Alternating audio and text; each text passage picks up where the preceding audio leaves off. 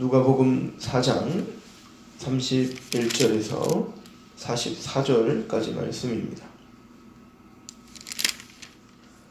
우리 함께 봉독하도록 하겠습니다. 시작. 갈릴리의 가버나움 동네에 내려오사 안식일을 가르치실세 그들이 그 가르치심에 놀라니 이는 그 말씀이 권위가 있음이로라. 회당에 여러 더러운 귀신 들린 사람이 있어 크게 소리질러 이르되 아 나사렛 예수여 우리가 당신과 무슨 상관이 있나이까 우리를 멸하러 왔나이까 나는 당신이 누구인 줄 아노니 하나님의 거룩한 자니이다. 예수께서 꾸짖어 이르시되 잠잠하고 그 사람에게서 나오라 하시니 귀신이 그 사람을 무리 중에 넘어뜨리오 나오되 그 사람은 상하지 아니한지라. 다 놀라 서로 말하여 이르되 이 어떤 말씀인고 권위와 능력으로 더러운 귀신을 명함에 나가는도다 하더라. 이 예수의 소문이 그 근처 사방에 퍼지니라. 예수께서 일어나 회당에서 나가사 시몬의 집에 들어가시니 시몬의 장모가 중한 열병을 앓고 있는지라. 사람들이 그를 위하여 예수께 구하니 예수께서 가까이 서서 열병을 꾸짖으신대 병이 떠나가고 여자가 곧 일어나 그들에게 수종드니라. 해질 무렵에 사람들이 온갖 병자들을 데리고 나오매 예수께서 일일이 그 위에 손을 얹으사 고치시니 여러 사람에게서 귀신들이 나가며 소리질러 이르되 당신은 하나님의 아들이니이다. 예수께서 꾸짖으시사 그들이 말함을 허락하지 아니하시니 이는 자기를 그리스도인 줄 알미로라. 날이 밝음에 예수께서 나오사 한적한 곳에 가시니 무리가 찾다가 만나서 자기들에게 떠나지 못하게 만류하려 하매 예수께서 이르시되 내가 다른 동네들에서도 하나님의 나라 복음을 전하여야 하리니 나는 이 일을 위하여 보내심을 받았노라 하시고 갈릴리 여러 회당에서 전도하시더라. 아멘.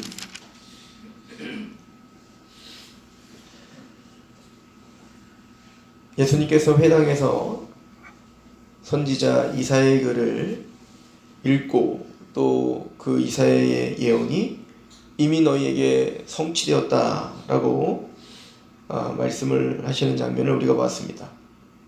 이게 4장 18절의 말씀이었죠. 주의 성령이 내게 임하셨으니 이는 가난한 자에게 복음을 전하게 하려 하시고 내게 기름을 부으시고 나를 보내사 포로된 자에게 자유를 눈먼 자에게 다시 보게 함을 전파하며 눌린 자를 자유롭게 하고 그의 주의 은혜를 전파하게 하려 하심이라 하였더라. 책을 덮어 그 맡은 자에게 주시고 앉으시니 회당에 있는 자들이 다 주목하여 보더라.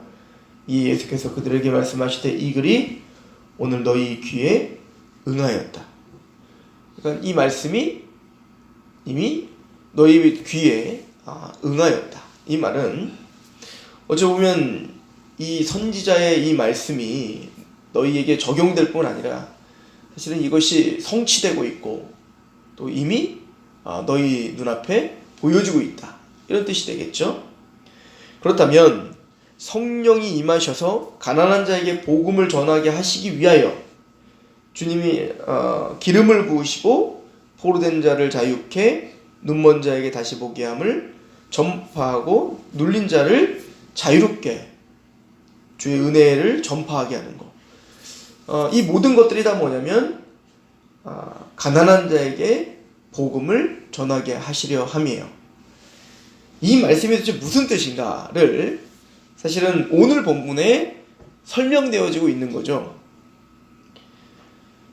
우리는 그러니까 뭔가 얽매여 살고 있다는 얘기죠.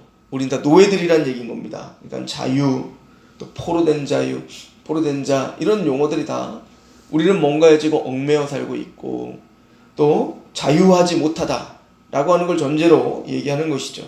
사실은 이런 얘기를 이제 유대인들이 들었을 때 나중에 이제 예수님이 그들과 논쟁을 하실 때도 그런 얘기를 하죠. 우리가 한 번도 남에게 종이 된 적이 없는데 왜 우리 보고 종이라 하느냐? 그죠? 우리 아비는 아브라함이다. 이 요한복음에 있는 얘기입니다. 요한복음 8장에 예수님 말씀하십니다. 아브라함, 너희 조상이 아브라함이었다면 너희가 그렇게 행동하지 않았을 것이다. 너희 아비는 아브라함이 아니라 너희 아비는 마귀니라. 이렇게 이야기를 했어요. 그러니까 너희는 스스로는 자유롭게 산다라고 말하고 있지만 실상은 너희가 사탄의 종노릇하고 있고 너희는 뭔가 얽어매어지고 있다는 거예요. 우리 마태복음을 좀 기억해 보시면 마태복음 8장에 이제 예수님께서 마태복음 이제 5장부터 7장까지 산상수훈, 즉 예수님이 공생을 시작하시면서 하나님의 나라가 무엇인지를 설명하고 계시는 겁니다. 그러니까 하나님의 나라는 하나님의 통치고 그래서 하나님의 말씀이 선포되는 거예요. 그러니까 세상의 원리대로 사는 게 아니라 우리는 하나님의 말씀의 원리에, 이게 산상수훈입니다. 그 원리대로 사는 게 하나님의 나라입니다. 그러기 위해 먼저 우리에게 팔복이 주어지죠. 그러니까 하나님의 나라는 우리 마음이 심령이 가난해지고 애통하고 의에 줄이고 목마르고 청결하고 온유하고, 그러니까 이런 마음들이 우리 안에 생기는 건데 이게 이미 하나님의 통치가 우리에게 임한 증거가 되는 거죠. 그러니까 하나님의 통치가 우리에게 임한 증거의 첫 번째는 심령이 가난해지는 겁니다. 그러니까 하나님이 아니면, 예수 그리스도가 아니면 우리는 소망이 없습니다를 알고 깨달아 믿음으로 반응할 수 있는 것, 이거 자체가 하나님 나라가 이미 우리에게 임한 거거든요. 그러면 그 하나님의 나라가 임하지 않고, 그러니까 사단의 권세 가운데 종노릇하고 있는 사람들의 특징은 뭐라는 거예요? 완고하다는 겁니다. 교만하다는 겁니다. 하나님을 볼 수 없다는 겁니다. 이걸 이제 요한복음 3장은 뭐라고 표현하는 거예요? 거듭나지 않으면 하나님 나라를 볼 수가 없다, 이렇게 표현하고 있는 겁니다. 즉 사단의 권세 가운데 사도 바울의 말을 빌려서 본다면 고린도후서 4장 4절에 이 세상신, 즉 마귀가 하는 역할은, 이 세상신은 믿지 아니하는 자들의 마음을 혼미하게 하고 있어요. 그래서 하나님의 그 영광의 복음의 광채, 그리스도의 영광의 복음의 광채를 비치지 못하게 한다. 이게 바로 종노릇하는 거거든요. 그러니까 우리는 우리의 아집과 고집과 우리 감정에 속아서 하나님을, 진리를 보지 못하게 되는 것, 이게 바로 종노릇하는 거죠. 그래서 주님께서 하나님의 나라를 이루시기 위하여 하셨던 일이 뭐냐? 그래서 마태복음 8장부터는 어떤 일들을 벌이셨습니까? 바로 병든 자를 고쳐주셨던 거예요. 나병 자를 고쳐주셨고요. 또 백부장의 하인을 고쳐주셨고, 또 시몬의 즉 베드로의 장모의 열병을 고쳐주셨어요. 그러니까 오늘 이 말씀이 그게 다 연결되어 있는 말씀이겠죠. 그리고는 마태복음 8장에 아주 중요한 얘기를 하셨습니다. 내가 이렇게 병든 자를 고치고 이런 것들을 볼 때 많은 사람들이 와서 이것을, 이 마태는 뭐라고 기록하냐면 마태복음 8장 17절에 이는 선지자 이사야를 통하여 하신 말씀에 우리의 연약한 것을 친히 담당하시고 병을 짊어지셨도다. 그러니까 예수님이 지금 병을 고쳐주시는 장면은 단순히 예수님은 병을 고치시는 어떤 능력자 이상의 의미를 담고 있다는 거예요. 어떤 의미냐면 바로 이사야서의 예언의 성취다. 그럼 이사야서가 어떤 내용이었는데요? 그가 채찍에 맞음으로 너희가 나음을 입었다. 이게 진짜 육체적인 질병을 이야기합니까? 지금 이사야서가 하는 얘기는 뭐예요? 이스라엘 백성들이 머리끝부터 발끝까지 성한 데가 없을 만큼 워덕 터지고 질병에 걸려 있다는 겁니다. 그런데 너희 스스로는 헤어나올 수 없는 질병이죠. 너희 스스로는 고칠 수 없는 질병이죠. 그래서 너희는 바벨론으로 끌려가 너희들은 징계를 받을 수밖에 없는 질병입니다. 근데 그 질병을 내가 깨끗하게 낫게 해주겠다는 거예요. 근데 그 방법은 뭐냐면 예수 그리스도께서 채찍에 맞으시고 또 찔림을 당하시고 우리를 대신하여 화목 제물이 되셔서 그 질병을 낫겠다. 여호와의 열심히 이 일을 이루는 거예요. 우리가 할 수 있는 게 아니라 하나님의 열심과 하나님의 온전한 은혜로 그 일을 이루시겠다는 겁니다. 그러니까 지금 예수님이 병을 고쳐주시는 이 장면은 바로 그 이사야의 예언의 성취다라고 이야기를 하고 있는 거예요. 그러니까 예수님이 병을 고치는 것은 단순히 병 고치는 데 목적이 있는 게 아니라 그 병을 실제적으로 고쳐주시면서 중요한 메시지를 던지고 있는 겁니다. 너희들이 나병한 자고, 너희들이 보지 못하는 자고, 너희가 듣지 못하는 자고, 너희들이 바로 열병한 자요 하나님의 징계를 받을 자이며, 너희들이 중풍병자로서 자유하다 하지만 사실은 얽매여 살고 있는 사람들이다. 이거를 깨닫지 못했단 말입니다. 그 유대인들이. 그러니까 그것을 알게, 실제적으로 보고 알게 하기 위해서. 그런데 이 지금 너희가 그럼 어떤 질병에 지금 속해 있냐면 바로 죄의 문제다. 바로 그거는 너의 죄의 질병에서 너희를 건져주기 위함이야. 그래서 마태복음 9장에 그 질병을 고쳐주신 다음에 마태복음 9장에 중풍병자를 고쳐주시기 전에 그냥 고쳐주시면 되는데 그 중풍병에 얽매여 살고 있는 그에게 네 믿음이 너의 죄를 사했다.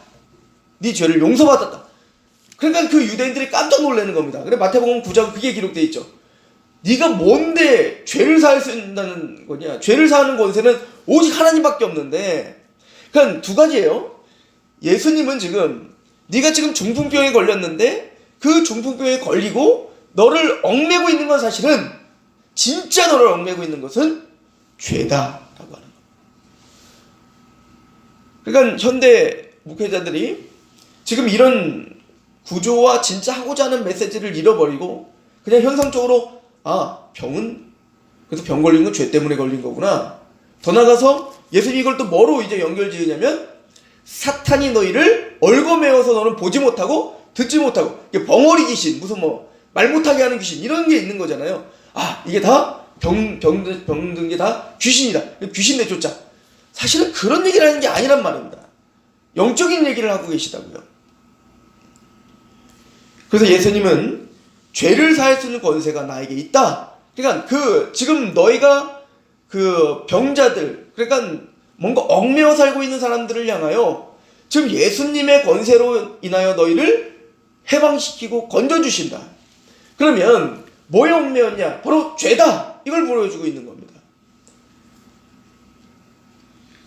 그리고는 바로 그 전에 8장에 28절 마태복음 8장 28절에 그 중간에 어떤 이야기가 또 껴져 있냐면 우리가 잘 알고 있는 가다라 지방에 귀신 들린 자를 고치는 장면이 있습니다.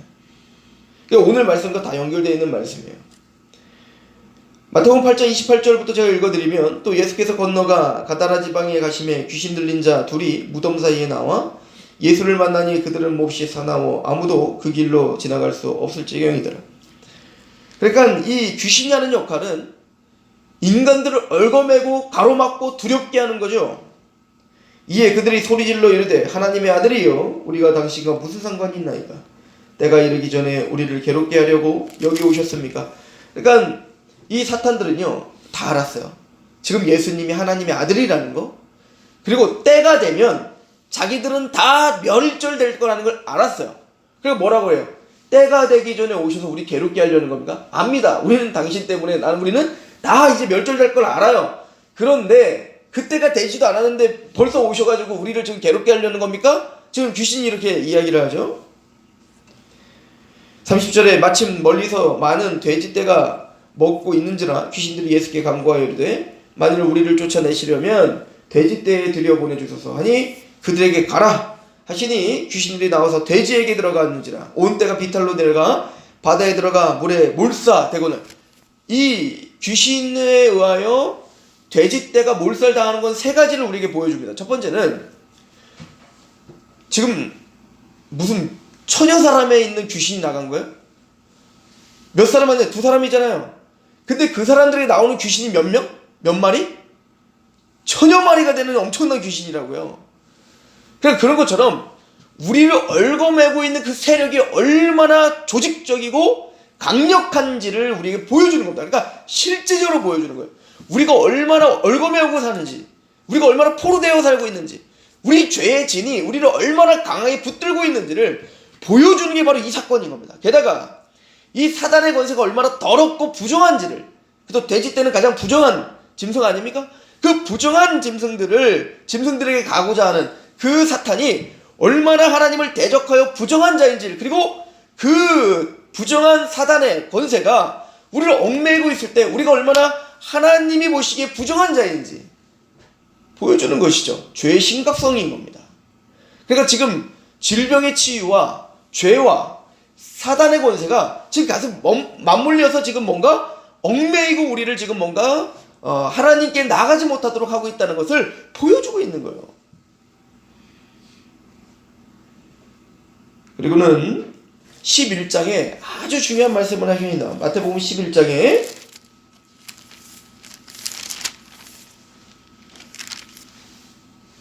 예수님께서 25절에 보면 그때 예수께서 대답하여 이르시되 천지의 주제이신 아버지여 이것을 지혜롭고 슬기 있는 자들에게 숨기시고 어린아이들에게 나타내심을 감사하나이다. 하나님은 하나님의 복음의 비밀을 지혜롭고 슬기로운 자들에게는, 그 사람들이 진짜 지혜롭고 슬기로운 겁니까? 그들은 자기가 지혜롭고 슬기롭다고 착각하는 거죠. 교만한 겁니다. 심령이 가난하지 않습니다. 곧 그들은 누구라는 거예요? 사단의 권세 가운데 있고 죄에 얽매여 있고 교만한 겁니다. 자기는 뭔가 안다 하지만 그들이 병자인 거죠. 그러나 그들에게 숨기시고 어린아이와 같은 자에게 알게 하신 것을 감사합니다. 심령이 가난한 자입니다. 간절히 주님을 갈망하는 자입니다. 나는 죄인입니다.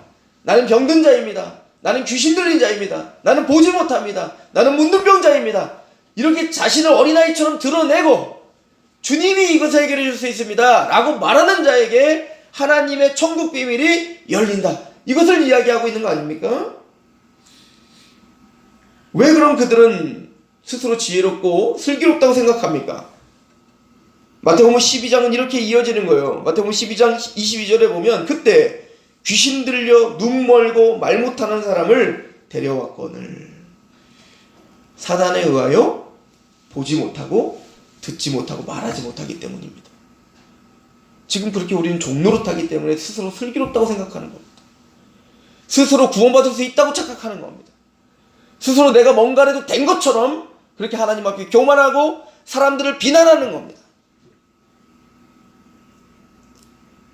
강한 자를 결박하지 않고야 어떻게 그 세간을 강탈할 수 있겠는가?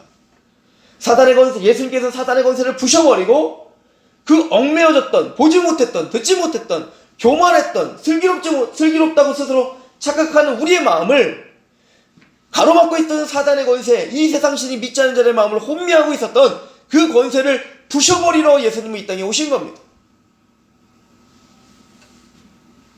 그리고는 그 부셔신 자에 대한 이야기가 나오는 거예요. 그게 마태복음 13장입니다. 씨 뿌린 자의 비유입니다. 좋은 밭은 30배, 60배, 100배 열매를 맺죠? 누가 좋은 밭으로 귀경한 겁니까? 주님께서 좋은 밭으로 귀경하신 거예요. 누가 우리를 심령이 가난하게 하신 겁니까? 주님께서 우리의 심령을 가난하게 하신 겁니다. 누가 어린아이처럼 나는 그렇게 주님의 은혜가 없으면 난 질병을 나을 수 없습니다. 제발 내 귀신을 좀 쫓아내 주십시오. 귀신 들린 내 자녀를 도와주십시오. 누가 그렇게 간절하게 주님을 보게 한 겁니까? 주님이 그러신 겁니다.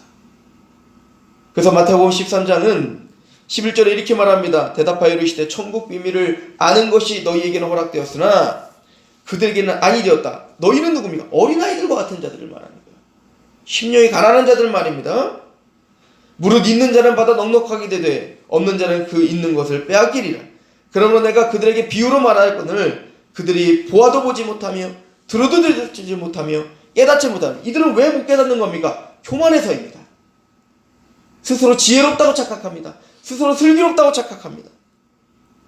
스스로 구원받을 수 있다고 착각합니다. 14절에 이사야의 예언이 그들에게 이루어졌으니 일렀으되 너희가 듣기는 들어도 깨닫지 못할 것이요 보기는 보아도 알지 못하리라. 이 백성의 마음이 완악하여져서 그 귀는 듣기에 둔하고 눈은 감았으니 이는 눈으로 보고 귀로 듣고 마음으로 깨달아 돌이켜 내게 고침을 받을까 두려워함이라. 왜 그런가? 왜 듣기는 들어도 듣지를 못하고 보기는 보아도 보지를 못해요? 사단의 권세가 그를 얽매이기 때문에 그렇다는 거예요. 지금 계속 그 얘기를 하고 있는 겁니다. 그럼 우리는 어떻게 해서 보게 됐죠? 어떻게 해서 듣게 됐죠? 우리에게 무슨 능력이 있었나요? 우리가 똑똑했나요? 아니라는 겁니다. 16절 그러나 너희 눈은 봄으로 너희 귀는 들음으로 복이 있도다. 그게 그냥 복인 거예요. 은혜입니다. 하나님의 은혜가 아니라면 우리는 하나님을 볼 수 없고 들을 수 없다는 거예요. 네가 성령으로 거듭나지 않으면 하나님을 볼 수 없고 갈 수 없다 해요. 지금 복음서 전체가 하고 있는 지금 병든 자를 고치고 귀신을 내어 쫓고 있는 그 모든 핵심은 여기에 있습니다. 하나님의 복음을 가난한 자에게 복음을 전하게 하려 함이라. 가난한 자에게 복음이 전파되는 겁니다. 어린아이에게 복음이 전파되는 겁니다. 내 죄성을 알고 내 죄됨을 알고 내 스스로는 도저히 해결할 수 없다는 걸 알아 온전히 주님을 의지하는 그 어린아이와 같은 자에게 복음이 전파될 것입니다. 그리고 포로된 자에게 자유를, 갇힌 자에게 하나님의 해방을 선포하실 거예요. 뭐에 대한 해방입니까? 뭐에 대한 자유입니까? 죄와 사단의 권세에서의 구원입니다. 예수님이 그거 하러 오셨다는 거예요. 그러기 위하여 사단을 멸하러 오셨던 것입니다. 누가복음 오늘 본문을 보십시오. 그래서 이 사실을 사탄은 너무 잘 알았죠. 그래서 이렇게 이야기를 합니다. 마태복음 4장, 누가복음 4장 31절. 갈릴리의 가버나움 동네에 내려오사. 언제? 안식일에. 이것도 중요한 의미가 있어요. 이게 참된 안식이에요. 사단의 권세 가운데 있던 우리를, 십자가의 은혜로 우리를 건져주시는 것, 이것이 참된 안식이라고요. 이제 이 싸움은 나중에 더 구체적으로 하게 될 것입니다. 그들의 그 가르침의 논란이 이는 말씀에 권위가 있음이로라. 회당에 더러운 귀신 들린 사람이 있어 크게 소리질러 이르되, 아 나사렛 예수여, 우리가 당신과 무슨 상관이 있나이까? 우리를 멸하러 왔나이까? 나는 당신이 누구인 줄 아노니 하나님의 거룩한 자니이다. 히브리서 2장에 말하죠. 예수님께서 우리와 똑같이 육체를 입고 오신 이유가 마귀의 일을 멸하여, 마귀에 의하여 죽음의 종로로 타고 있는, 그래서 두려워하고 있는 우리를 해방시켜주기 위함이라 라고 말씀하십니다. 35절에 예수께서 꾸짖어 이르되 잠잠하고 그 사람에서 나오라 하시니 귀신이 그 사람의 무리 중에서 넘어뜨리고 나오지만 그 사람은 상하지 않아요. 하나님은 하나님의 백성들, 하나님의 사람들을 상하지 않고 그 귀신을 멸하러 온 거라고요. 그리고 36절에 다 놀라 서로 말하되 이 어떠한 말씀인고 권위와 능력으로 더러운 귀신을 명함에 나가는도다. 무엇을 통해서 이 일이 이루어지죠? 예수 그리스도의 말씀, 권위 있는 하나님의 말씀, 그 말씀이 이 일을 시작하는 거예요. 그리고는 38절부터 병자들을 고쳐주는 장면이 나옵니다. 그러니까 마태복음과 지금 똑같은 얘기를 하고 있는 거예요. 그래서 시몬 베드로의 장모의 열병을 고쳐주죠. 그리고 그 고침받은 그 장모가 어떻게 행동합니까? 39절, 예수께서 가까이 서서 열병을 꾸짖으신데 병이 떠나. 똑같죠? 병을 고치시는데 꾸짖으시니까 그 병이 떠나요. 권위 있는 예수님의 말씀을 말합니다. 그랬더니 떠나니까 그 열병을 알았던 그 여인이 어떻게 합니까? 일어나 그들에게 수종드니라. 마음을 다해 주님을 섬기는. 이 수종든다는 얘기가 무엇이니 나중에 또 8장에 7장에서 이야기할 겁니다. 그 향후 부은 여인으로 말입니다. 그러니까 주님의 궁극적인 목적은요, 다시 이제 그 40절부터 보면 또 온갖 병자들을 데리고 나오고 그 위에 주님께서 친히 손을 얹어서 고치십니다. 그랬더니 그 병자들이 귀신 들린 자들이 다 소리 지르면 다 떠나고, 그리고 예수가 그리스도인 줄을 알미라 이렇게 표현되고 있다고요. 그래서 지금 다 믹스돼갖고 좀 설명되고 있어요. 병든 자, 귀신 들린 자, 죄, 이게 다 믹스되어 있잖아요. 근데 중요한 목적은 뭐냐면 하나님의 사람들을 주님께서 만지어 치유하시고 회복하시어 다시 원래 창조의 목적대로 우리의 몸을 회복시키는 게 목적이 있는 겁니다. 그러니까 원래 존재 목적이 있다고요. 그 존재의 목적은 뭐냐면 그리스도께 수종들게 하는 겁니다. 그리스도를 섬기게 하는 겁니다. 다른 말로 하나님께 영광을 돌리게 하는 거고 하나님의 백성이 되게 하는 겁니다. 근데 아담이 선악과를 따먹은 이후에 이제는 하나님이 왕이 아니라 내가 왕이라고 하며 살렸다고요. 그리고 그게 자유라고 하며 살았다고요. 근데 예수님 그걸 깨닫게 하고 싶은 겁니다. 웃기지 마라. 저 병든 자와 귀신 들린 자가 종이 아니라 니들이 종이다 이거야. 니들이 죄와 사단 가운데 있는 종이요. 거기서 해방되지 않고는 너희가 회복될 수 없다는 거예요. 그리고 병든 자를 고쳐 예수께 수종들게 하는 모습을 보면서 원래 제 기능대로 회복시키는 겁니다. 하나님 원래 우리 인간을 창조하신 목적대로 하나님의 영광을 위하여, 왜 하나님이 에베소서 1장 3절에 왜 신령한 복을 우리에게 주시기로 작정한 겁니까? 왜 창세전에 우리를 예정하신 것이죠? 에베소서 1장 6절에 뭐라고 합니까? 그의 영광과 찬송이 되게 하려 하십니다. 왜 예수님이 우리의 구속을 위하여 그의 피로 구속고 죄사함을 주신 겁니까? 1장 12절에 말합니다. 영광과 찬송이 되게 하려 하십니다. 왜 성령 하나님이 우리에게 그 모든 말씀을 인쳐주시고 우리의 것으로 적용하십니까? 영광과 찬송이 되게 하려 하십니다. 다시 하나님께 수종들게 하기 위함입니다. 예수 그리스도께 무릎 꿇고 순복하며 기쁨으로 주님을 따라 이것이 자유입니다. 자유는 내 마음대로 사는 게 자유가 아니에요. 사단과 죄의 권세에서 건져져 주님의 말씀 앞에 복종하는 게 자유입니다. 산상수훈 앞에 무릎 꿇는 게 자유라고요.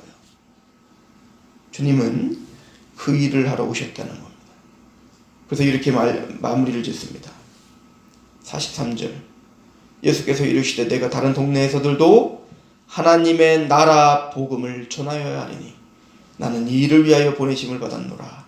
갈릴리 여러 대장에서 전도하시니 이게 하나님 나라 복음입니다.